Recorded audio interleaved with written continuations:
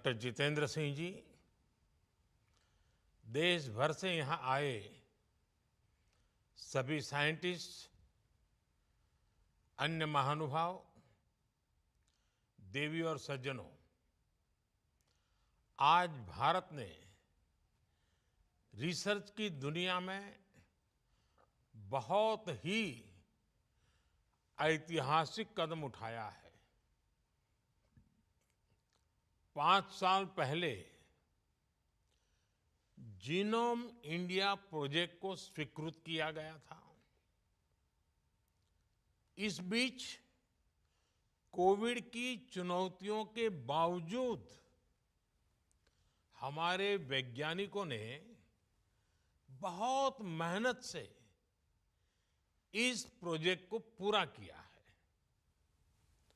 मुझे खुशी है कि देश के 20 से ज्यादा दिग्गज रिसर्च संस्थानों जैसे IISc, IITs, CSIR and BRIC ने इस रिसर्च में अहम भूमिका निभाई है।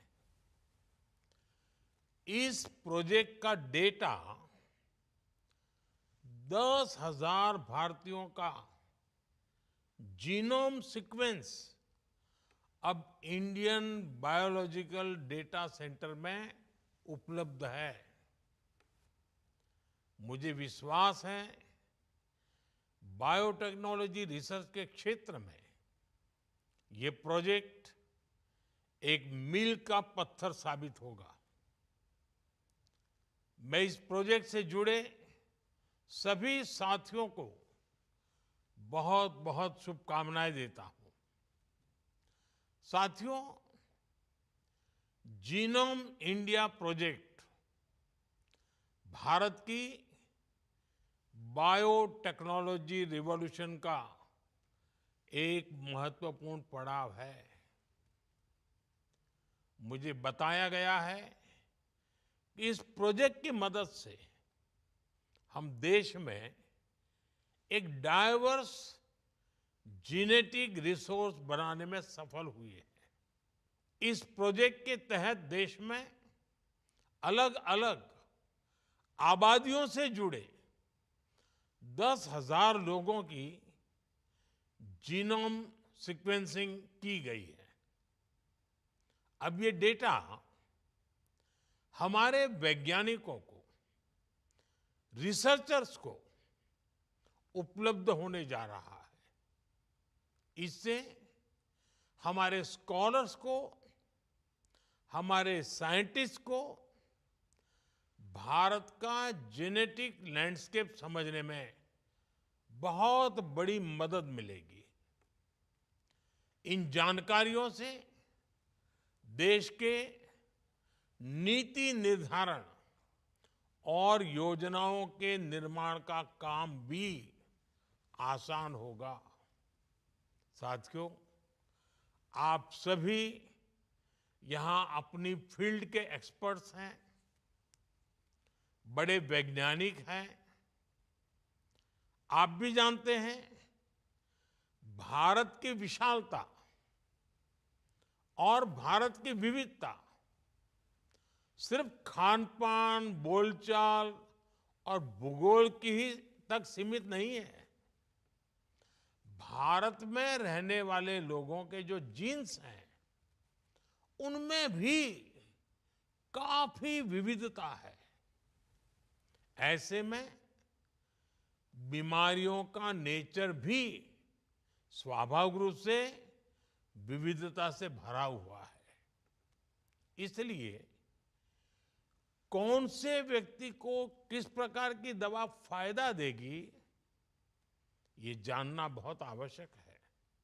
इसके लिए देशवासियों की जेनेटिक आइडेंटिटी, उसका पता होना जरूरी है। अब जैसे हमारे आदिवासी समाज में सिकल सेल एनीमिया की बीमारी एक बहुत बड़ा संकट है।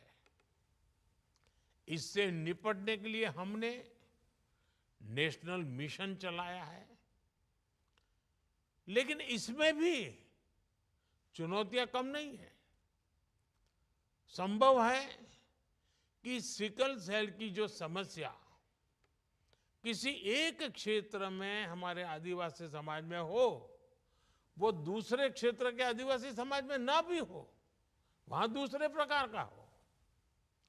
इन सारी बातों का पक्का पता हमें तब चलेगा जब एक कंप्लीट जेनेटिक स्टडी हमारे पास होगी।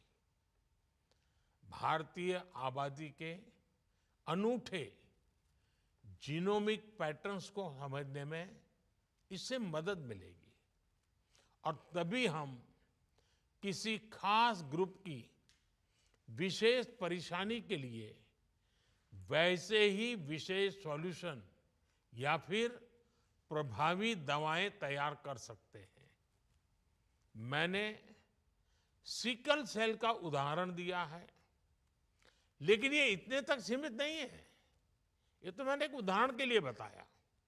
भारत में आनुवंशिक रोगों यानी एक पीढ़ी से दूसरी पीढ़ी को ट्रांसफर होने वाली बीमारियों के बहुत बड़े हिस्से से आज भी हम अनजान हैं। जीनोम इंडिया प्रोजेक्ट भारत में ऐसी सभी बीमारियों के लिए प्रभावी इलाज के विकास में मदद करेगा। साथियों, 21वीं सदी में बायोटेक्नोलॉजी और बायोमास का कॉम्बिनेशन बायो इकोनॉमी के रूप में विकसित भारत की बुनियाद का अहम हिस्सा है। बायो इकोनॉमी का लक्ष्य होता है नेचुरल रिसोर्सेज का सही इस्तेमाल, बायो बेस्ड प्रोडक्ट्स और सर्विसेज का प्रमोशन और इस सेक्टर में रोजगार के नए मौके बनाना। बायो इकोनॉमी सस्टेनेबल डेवलपमेंट को गति देती है, इनोवेशन को अवसर देती है। मुझे खुशी है कि बीते 10 वर्षों में देश की बायो इकोनॉमी तेजी से आगे बढ़ी है। साल 2014 में जो बायो इकोनॉमी $10 बिलियन की थी, वो आज $150 बिलियन से ज्यादा की हो गई है। भारत अपनी बायो इकोनॉमी को नई बुलंदी देने में भी जुटा है। कुछ समय पहले ही भारत ने बायो E3 पॉलिसी की शुरुआत की है। इस पॉलिसी का विजन ये है कि भारत आईटी रिवॉल्यूशन की तरह ग्लोबल बायोटेक लैंडस्केप में भी एक लीडर बनकर उभरे। इसमें आप सभी वैज्ञानिकों की बड़ी भूमिका है और इसके लिए मैं आपको अपनी शुभकामनाएं देता हूं। साथियों, विश्व के एक बड़े फार्मा हब के रूप में भारत ने जो पहचान बनाई है, उसे आज देश नया आयाम दे रहा है। बीते दशक में भारत ने पब्लिक हेल्थ केयर को लेकर अनेक क्रांतिकारी कदम उठाए हैं। करोड़ों भारतवासियों को मुफ्त इलाज की सुविधा हो, जन औषधि केंद्रों में 80% डिस्काउंट में दवाएं उपलब्ध कराना हो, आधुनिक मेडिकल इंफ्रास्ट्रक्चर का निर्माण हो, ये पिछले 10 साल की बहुत बड़ी उपलब्धियां हैं। कोरोना काल में भारत ने ये सिद्ध किया है कि हमारा फार्मा इकोसिस्टम कितना सामर्थ्यवान है। दवाओं की मैन्युफैक्चरिंग के लिए भारत में ही मजबूत सप्लाई और वैल्यू चेन बने, ये हमारा प्रयास है। जीनोम इंडिया प्रोजेक्ट अब इस दिशा में भारत के प्रयासों को नई गति देगा, नई ऊर्जा से भरेगा। साथियों, आज दुनिया ग्लोबल प्रॉब्लम्स के सॉल्यूशंस के लिए भारत की तरफ देख रही है। हमारे आने वाली पीढ़ी के लिए एक रिस्पॉन्सिबिलिटी भी है, एक अपॉर्चुनिटी भी है। इसलिए आज भारत में एक बहुत बड़े रिसर्च इकोसिस्टम का निर्माण किया जा रहा है। बीते 10 सालों में रिसर्च और इनोवेशन के लिए पढ़ाई के हर स्तर पर बहुत जोर दिया गया है। आज 10,000 से ज्यादा अटल टिंकरिंग लैब में हमारे स्टूडेंट्स हर रोज नए नए एक्सपेरिमेंट कर रहे हैं।